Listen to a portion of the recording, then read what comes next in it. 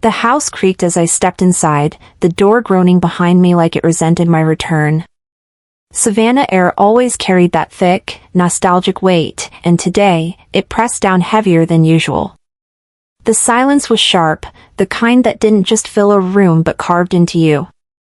It smelled like her. Faint lavender and old paper. The living room hadn't changed in 30 years. The same stiff armchair, same embroidered pillows, that ugly porcelain angel still perched on the mantel like it had something to prove. But now, in front of it, a framed photo I'd never seen before, my 3 nieces smiling at an airport, boarding a plane. France. The caption on Facebook had said, "The girls are safe in France." And Eli wasn't in it. I pulled out my phone, fingers cold. His voicemail played again. "Did I do something wrong, Mom?" His voice was too steady for an 8-year-old. I sat down slowly, the grief of her death giving way to something more jagged. Margot hadn't just left. She'd taken my sister's daughters, taken them to another continent, but left my son. No word. No reason. Just like when I was 16 and she skipped my birthday for a business emergency. Just like when she pretended my father never existed. History was repeating itself. And I was still the one left behind. I pulled down the attic ladder with a grunt. The dust up there had its own scent, cedar, mothballs, abandonment. My sneakers creaked on the boards as I stepped inside the dim space, flashlight flickering. I hadn't been up here in decades. It was just as I remembered. Cobwebs. Stacks of yellowed magazines. A wooden trunk my father once told me held Christmas ghosts. I didn't come up here looking for answers. I came for storage boxes. But my foot hit a board that shifted. Loose. I knelt and pried it open. A sealed envelope, taped to the underside of the board. A note attached, handwritten in shaky script, "If you find this, don't trust anyone." My pulse kicked. Inside was a photo. My mother, holding me as a baby. Her eyes weren't focused on me, but out the window.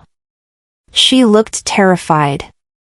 There was a second sheet, yellowed and brittle. "They wanted your father's empire." I had to run. Empire? I sat back hard. What did she run from? Who was they? The attic felt smaller suddenly, like it was closing in on me. I stared at the handwriting, hesitant strokes, a woman writing in fear, not clarity. Nothing about Margot was ever accidental. Back downstairs, I opened my laptop. The screen flared to life. One new message. No sender name. "You found it, didn't you? They're watching. Stop digging." I froze. A breeze drifted in from somewhere upstairs. I hit play on Eli's last video message. He was building a Lego tower. Alone. "I miss you," he whispered to the camera. My hand shook. I remembered Margot's voice, soft but steel-edged. "Your job is to be quiet. Don't make noise." I slammed the laptop shut. Enough. I pulled a notebook from the drawer and started writing names. Connections. A soft thud behind me. The attic door. Open. But I hadn't touched it. I stood slowly, every nerve screaming. Nothing there. Except the faintest trace of Margot's perfume in the air, rose and talc. I whispered, I wasn't afraid of ghosts. I was afraid of the living.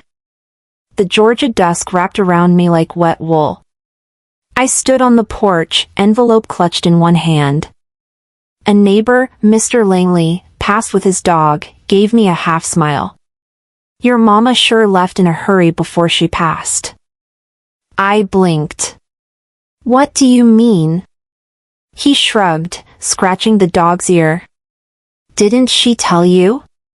She was seeing someone. A man.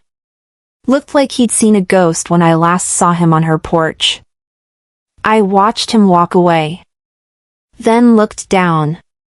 Something hard pressed against the envelope. I tore open the seam.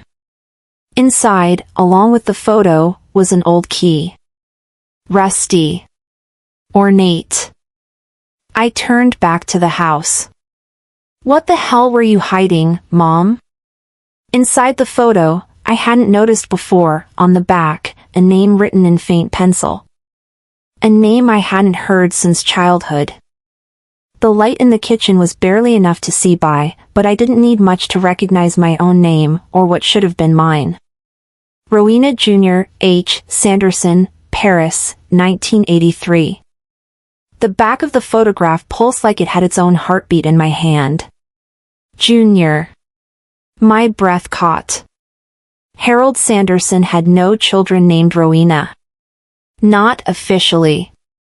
Not in the obituaries. Not in the corporate records I remembered glancing at years ago. I opened my laptop.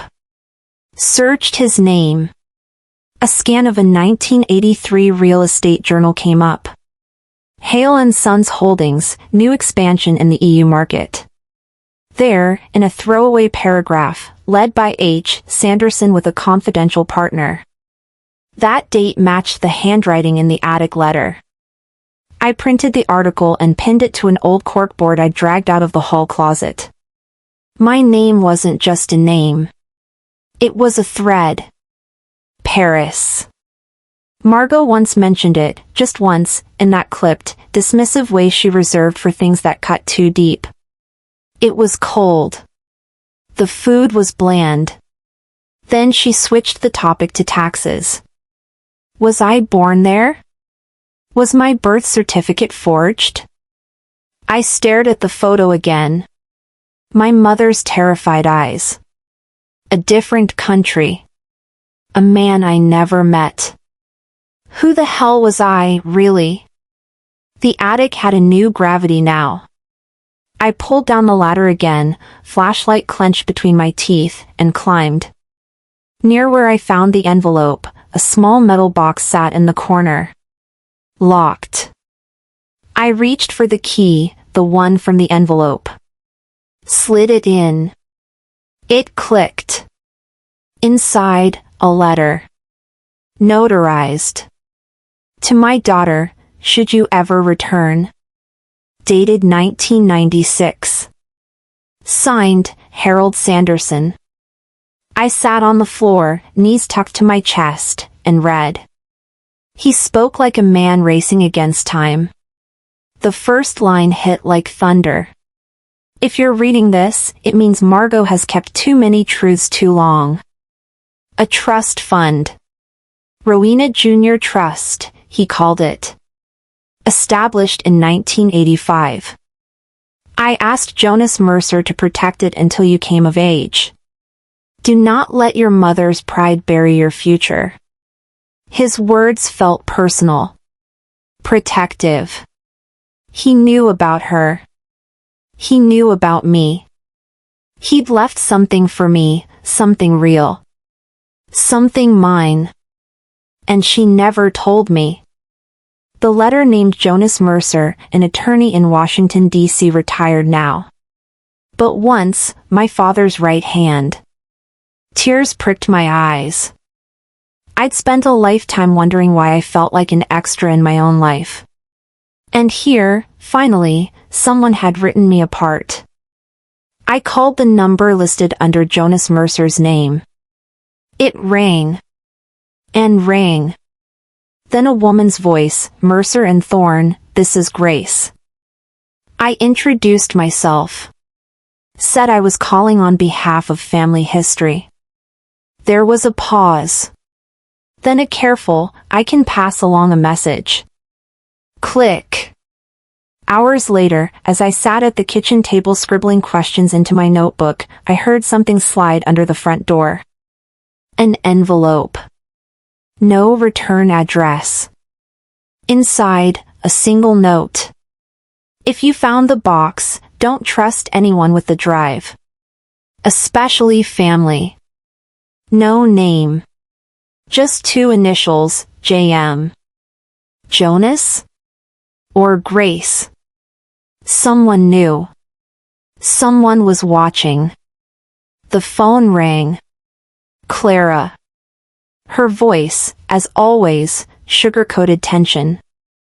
We've been thinking of stopping by. Did you happen to go up to the attic? I lied. Didn't even think about it. Her tone flattened. Just memories. Nothing worth saving. I stared at the note again. And thought, she already knows I lied. The bank smelled like lemon cleaner and old secrets. I waited in the lobby as a young clerk typed. I gave him the name Rowena Jr. Trust. His eyebrows rose. Just a moment. He disappeared. Came back with a folder. Yes. That's real. Dormant since 1996. He hesitated. But to activate it, we'd need verification from a Jonas Mercer. Outside, the street was quiet. Then a figure caught my eye. A woman. Tall, older, in a beige trench coat. Watching me. She crossed the street, quick. He wasn't crazy, she said, voice low. He was silenced. I opened my mouth to ask who. But she was already sliding into a black car that pulled away before I took a step. That night, Eli climbed onto my lap. Were you really named after someone? He asked. I held him tighter. I think I was named after the woman my father believed I could become. It was late when I went back to the attic. The floorboards groaned like tired bones. I found the metal box again. Underneath, another false bottom. Inside, a USB drive. I slid it into my laptop. 2 folders. One labeled Trust Documents. The other, Video, 2019. My breath caught. I clicked play. Harold Sanderson stared back. If you're watching this, he said, it means Margot lied again. I held Eli's hand as we stepped into the courthouse, my heels clicking too loud on the polished floor. His little fingers curled tighter around mine with each step. I could hear the murmurs before we even entered the courtroom. Eyes darted toward us. Some familiar, some predatory. Inside, Gavin Sanderson sat upright on the front pew, hands folded like he was already giving a sermon. Behind him, Margot, still in her morning black, lips pressed into a cold line. Clara, perfectly composed in taupe and lipstick, held her phone like a weapon. The bailiff called the case, and the judge didn't waste time. Claim of mental instability making the mother unfit for custody, she read flatly, as if this were just another traffic ticket. My ears rang. My lungs didn't expand the way they should. Dean Calloway leaned across the table opposite my lawyer, his smirk practiced. See you soon, Momsy, he whispered, his voice dipped in venom. I stared ahead, jaw clenched, pulse hammering. For years, I had silenced myself to keep the peace. Said nothing when Margot rewrote memories. Bit my tongue when Gavin stole credit. But not now. Not when they were coming for my son. The tweet hit before the judge had even finished reading the complaint. Clara had typed it in real time. Breaking, family drama, daughter of Hale dynasty claims fortune while mother fights illness. I saw it when a reporter outside my window refreshed her feed. The vultures had landed. Inside, the courtroom buzzed as the defense attorney stepped forward. Exhibit A, he said, and the screen lit up behind him. A photograph, me, sitting under the old oak on the property last month, mascara smudged, head in hands. She lost composure in public, he said. This was not a private moment. She was observed for over 2 hours alone. Crying. I rose slowly. My lawyer tried to stop me. I didn't let him. Yes, I cried, I said. My voice carried. I cried because I found out my son was left behind while the rest of my family boarded a plane to France. Silence fell.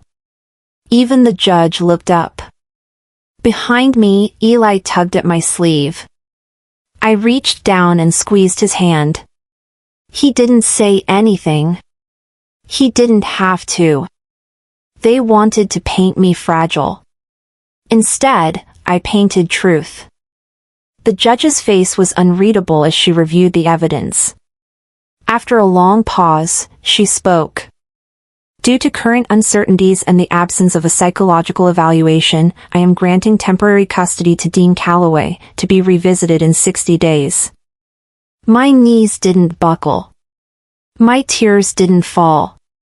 Instead, I picked up the pen she slid toward me. Looked at Eli. His wide eyes searched mine. I gave him a small nod and a kiss on the forehead. Then I signed. The paper was heavy in my hand. But in my mind, it wasn't surrender. It was setup. Outside the courtroom, flashbulbs exploded. I didn't cry. I didn't flinch. I walked between the rows of strangers and cameras like a woman made of stone. I found a stairwell. Descended into the cold, quiet basement of the courthouse. Alone, I let my face drop into my hands. Just for a minute. Rowena, a voice echoed behind me. Jonas Mercer. They expected you to crumble, he said, holding out a plain manila folder. Now you know their hand. Next time, you play yours.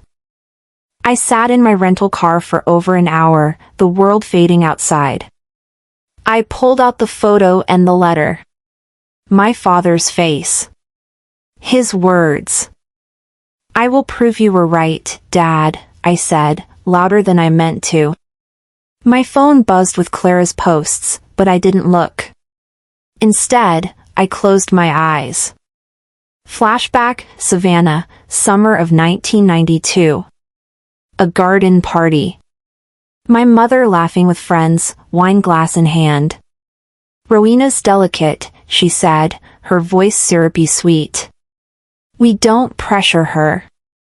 She has her moods. The shame burned all over again. I looked into the back seat. Eli was asleep, mouth slightly open, clutching his dinosaur plush. I tapped a message into my phone. To my attorney, we move next week. Full motion. Then, a knock. I flinched. Outside the window stood a young woman with familiar eyes. Lydia Kane's daughter. She handed me a small envelope. She said you need this. Inside, yellowed medical records. No diagnosis. Just scribbled notes, symptoms unconfirmed. Behavior within adolescent norm. Parental concern seems exaggerated. They had nothing. They never had anything. Back at the house, the porch light flickered as dusk rolled in. I climbed the steps slowly, heart still pounding from everything. A small USB drive sat at the top stair. Labeled HS 2019. I brought it inside, closed the door, and plugged it in. The screen blinked to life. My father's face, older, weathered, but unmistakably him. He stared into the lens. Con guy, he said in the old accent, how did you wrong? Now you do right. The house was quiet again, but it didn't feel empty. It felt like it was holding its breath. The USB drive gleamed under the lamplight, small enough to be nothing, and yet it was everything. I slid it into my laptop. The screen flickered, then steadied. My father's voice filled the room, roughened by age but unmistakable. "If you're watching this, it means Margot lied again." The word sliced through the silence. I froze. The last time I heard him speak, I was a child hiding behind the piano, listening to my parents fight about a name. My name. Now, decades later, he was talking to me from beyond the grave. The camera shook slightly as if he'd filmed it himself. He sat in his old office, behind the oak desk I hadn't seen since before the house was sold. Papers spread around him, a ledger open. 243 million, he said, tapping the page. And it's for her, only if she fights. Her. Me. He looked straight into the lens. "Rowena, if you're listening, you were never the weak one. You were the one I trusted most." My throat tightened. I paused the video, pressing a trembling hand against my mouth. The walls seemed to tilt. I'd spent a lifetime trying to be quiet enough to stay loved. And he'd been asking me, all along, to fight. Have you ever found a truth so clear you feared acting on it? Because I did. Right then. I hit play again. The scene shifted to a memory I'd buried long ago. Raleigh, North Carolina. Corporate Gala, 2018. The lights of the hotel ballroom reflected off crystal glasses and carefully chosen smiles. Gavin Sanderson stood near the bar, shaking hands with Dean Calloway. Margot was watching from across the room, her expression unreadable. I remembered the way Gavin's hand lingered on Dean's shoulder. A private laugh. A whisper I wasn't meant to hear. "Once she signs," Gavin said, "we'll divide everything." The USB drive crackled, jumping to an audio clip. Dean's voice this time, smooth and oily, "Transfer the funds once the custody case shifts." Then Gavin, "My mom handles the board. She always does." My stomach turned. They had planned this. The hearing, the rumors, the custody battle. Every piece of it had been orchestrated to control Eli. To control me. To keep the money. In the present, I slammed my fist against the table. The sound startled Eli, who was coloring quietly in the corner. "Mom?" he asked softly. "It's nothing, baby," I said, swallowing the rage that burned in my throat. "It's nothing that won't be fixed." But it wasn't nothing. It was betrayal, signed and notarized. That afternoon, I drove to Raleigh. I didn't tell anyone, not even Jonas. I walked into the conference room of Hale & Sons Holdings, where Gavin and Clara were reviewing public damage control. When they saw me, the air shifted. "You traded my son for your legacy," I said. Gavin opened his mouth, but I didn't let him speak. I tossed the USB drive onto the glass table. "Play it," I said. Clara reached for it, hesitated. Gavin's jaw tightened. "You don't understand the scale of what you're dealing with." "I understand perfectly," I said. "You used my life as leverage. You used my child. Have you ever looked at people you once trusted and realized they were the ones writing your downfall? Because I had. And I wasn't about to let them finish the story. That night, I called Jonas Mercer. "I have the tape," I said. "We go public." He was quiet for a moment. "Then, they'll move fast. Be ready for retaliation." The next morning, I walked into the boardroom with Eli beside me. My son wore his best shirt, he insisted on it. Margot sat at the head of the long table, flanked by board members who had once adored her charm. I didn't speak. I just handed Jonas the USB. He plugged it in. The projector hummed. My father's voice filled the room. If you're watching this, it means Margot lied again. The footage rolled, his confession, the ledger, the inheritance. Then the soundbite of Dean and Gavin discussing their little empire. The board froze. Margot's hands trembled just once before she composed herself. This is blackmail, she spat. This is justice, I said. Gasps filled the room.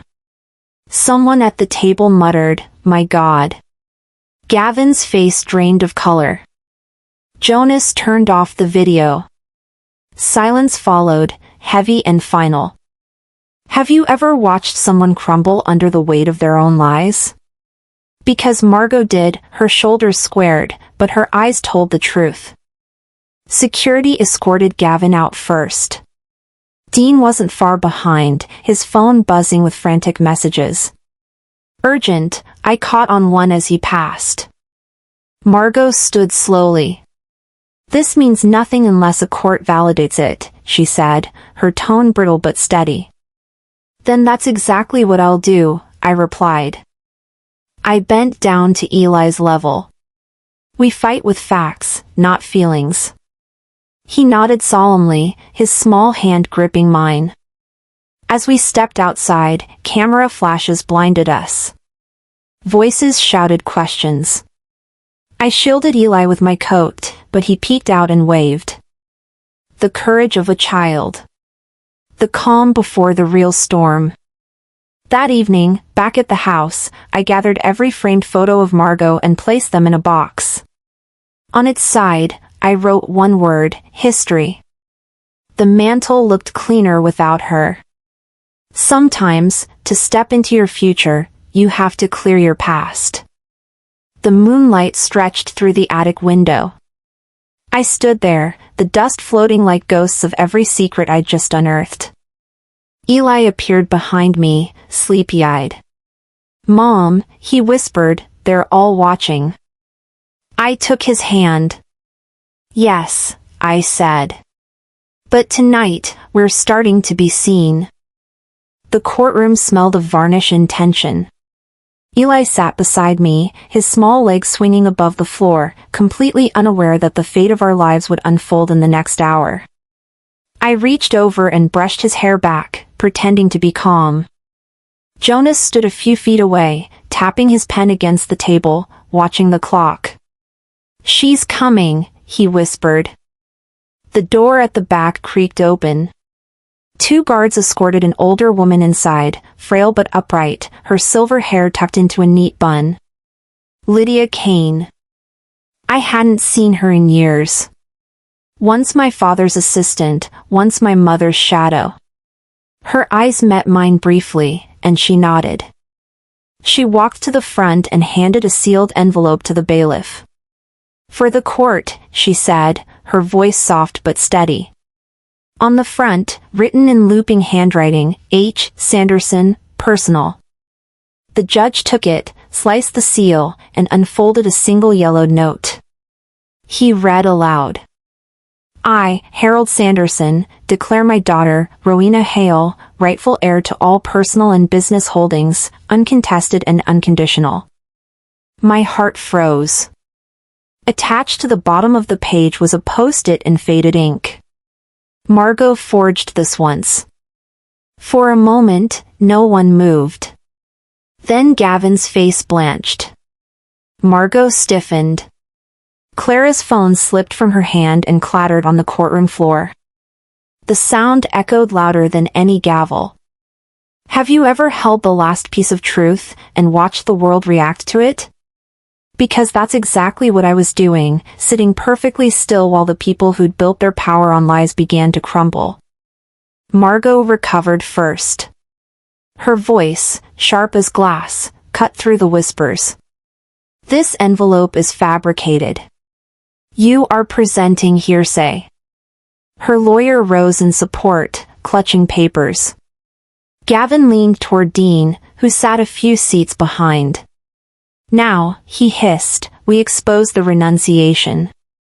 Dean nodded and reached into his briefcase, producing a crisp document with my name printed at the top.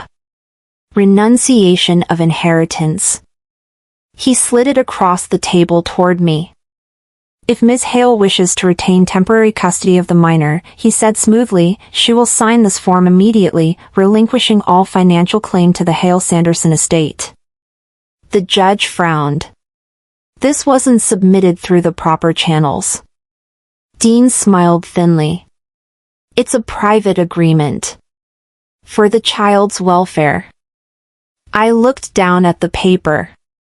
My name, typed neatly above an empty signature line. Eli had fallen asleep in the gallery bench, his head resting on his folded arms. I could see the curve of his cheek, the innocence that none of this should ever have touched.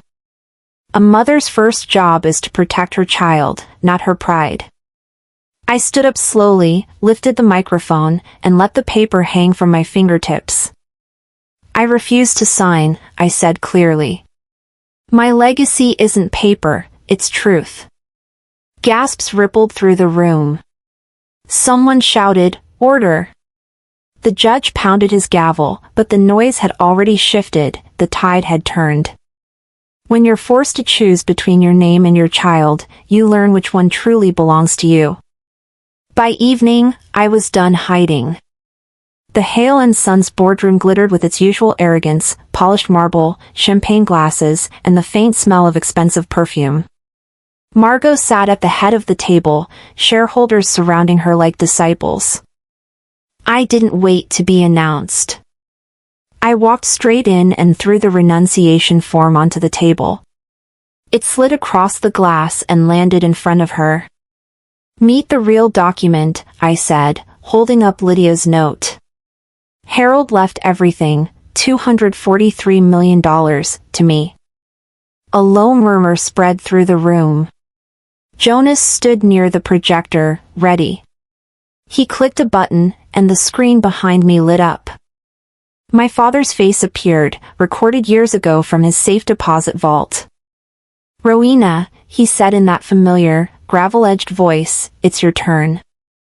Lydia's handwriting filled the corner of the screen, time-stamped and dated, undeniable. Margot's posture faltered. Her hand shook as she reached for a glass of water.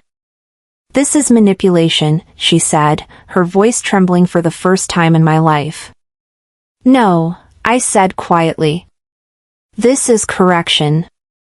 The shareholders whispered among themselves. Someone stood, another sat down. Power was shifting in real time, and everyone in the room could feel it. Margot's chair scraped against the floor as she rose. "This house of cards is collapsing." I smiled faintly. "Good. I'm building something real." Have you ever watched someone lose control, and realized you're the one steering now? I had. And it was terrifyingly calm. In the quiet corridor afterward, the noise of the meeting still echoing faintly, I crouched and opened my arms. Eli ran into them. "We did it," I whispered into his hair. "They know they can't bury us anymore." Jonas appeared, his tie loosened, exhaustion on his face but satisfaction in his eyes. "The court's staying the custody hearing. Full review of evidence." For the first time in years, I didn't feel like I was defending myself, I was defining myself. Later, standing by the Savannah waterfront, I looked out over the slow-moving water. The moonlight stretched across it, breaking into thousands of small, trembling reflections. I saw mine among them, stronger now. Clearer. Sometimes the fight isn't about winning. Sometimes it's about remembering who you are when no one believed you. The house was still when we returned. I climbed the attic stairs one last time. The dust had settled differently, light pouring in through the cracked window. On the wall, in faint charcoal, someone had scrawled, "Truth found here." I didn't know who had written it. Maybe my father. Maybe my mother. Maybe me. I turned to Eli, who waited by the door, sleepy but smiling. Come on, I said, reaching for his hand. Let's go home. Because winning the fight was just the beginning of owning the story. The night was heavy with the smell of rain, though the sky had long cleared. I sat in the attic again, my old sanctuary, my confession booth, where everything had started. The moonlight spilled through the wooden slats, drawing silver lines across the floorboards. In my hands was the final envelope. It was smaller than the others, the paper soft with age. On the front, written in my mother's script, were 4 words that froze my breath, for when you're free. I stared at it for a long time, thumb brushing the edge, before I finally broke the seal. Inside was a single photograph, my parents' wedding day. Margot was radiant, Harold proud beside her. But there, just behind them, stood a third figure blurred by distance. A shadow between them. Beneath the photo, a typed note, "You lived the truth I couldn't." I traced the words, heart pounding. The attic seemed to tilt, and I could hear her voice again, the last thing she'd said before the machines went quiet. You destroyed the facade. She'd been wrong. I hadn't destroyed it. I'd exposed it. Have you ever inherited the truth and wondered what lies you've been living? Because that night, I realized my entire life had been built inside a house of performance. And finally, the curtain had dropped. The hospice room was quiet but not peaceful. Machines beeped in measured rhythm, their glow flickering against the pale walls. Margot lay propped on the bed, her once commanding face softened by time and regret. You broke this family, she whispered when I stepped closer. I took her hand, paper thin and cold. No, Mother, I said. I rebuilt it. You just didn't recognize the pieces. Her eyes fluttered, anger and sorrow flickering together like dying light. The flashback came unbidden, her signing that forged renunciation, Gavin standing by, saying, "It's just business." The memory burned behind my eyelids. Now, that lie was gone. Outside, the hallway smelled faintly of antiseptic and lilies. Jonas was waiting by the window, a thick envelope in his hand. The final ruling came through, he said quietly. Custody, permanent. And guardianship over the trust. It's done. I looked out the window. Savannah's river glowed gold beneath the setting sun, winding its way toward the horizon. For the first time in months, I could breathe without bracing for a blow. What happens now? I asked. Jonas smiled faintly. Now, you live. What happens when the person you loved most points the finger, and you find the courage to hold it? You stop needing their approval. You start existing on your own terms. The morning of the hearing arrived with a kind of peace I hadn't known in years. I wore no makeup, no armor. Just resolve. The courtroom buzzed with muted whispers, the air thick with the anticipation of closure. Jonas stood before the judge, holding a folded letter. Your Honor, he began, before any statement, my client's son has something to share. He opened the page and began to read. My mom isn't scary, the letter said in uneven handwriting. My grandmother was absent. I belong with her. Silence swept through the room. Not the awkward kind, this was reverent. Even the judge lowered her gaze for a moment. I looked over at Eli. His feet barely touched the floor, but his back was straight. His chin lifted. He was braver than I'd ever been at his age. Jonas leaned close. Sometimes a child's truth beats any witness, he whispered. He was right. I folded the letter carefully and tucked it inside my jacket. That piece of paper wasn't just his defense of me, it was his declaration of us. If your child spoke for you, would their voice become your legacy? Mine just had. Weeks later, Savannah bloomed again. The magnolias had opened, and the salt in the air carried the scent of something clean, something new. Eli and I walked through the foyer of our new home. The floors creaked like old friends greeting us. Sunlight painted the walls in amber.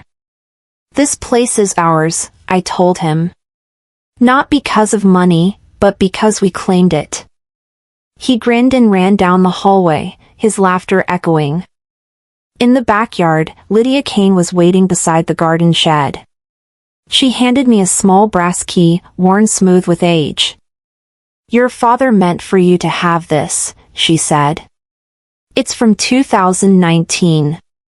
The last thing he locked away. At the bank, the safe deposit box clicked open. Inside was a single folder and a typed page, neatly folded. Live who you are, not who they made you. That was all. No numbers, no legal codes.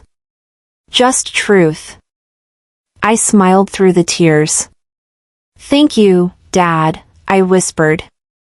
You can own the house, but do you own the story behind it? Today, I did. That night, the air was soft and cool. I stood by the attic window, the same one that had once shown me ghosts. Now it just showed life. Eli ran past the window toward his new tree house, shouting something about stars. His laughter drifted through the yard, pure and wild. The house behind me no longer felt haunted. The walls didn't whisper, the floorboards didn't creak in accusation. They simply existed, like me. I watched the port lights glimmer over the Savannah harbor and breathed in deep. Freedom didn't roar. It exhaled. This was not the end. It was the blueprint for what came next.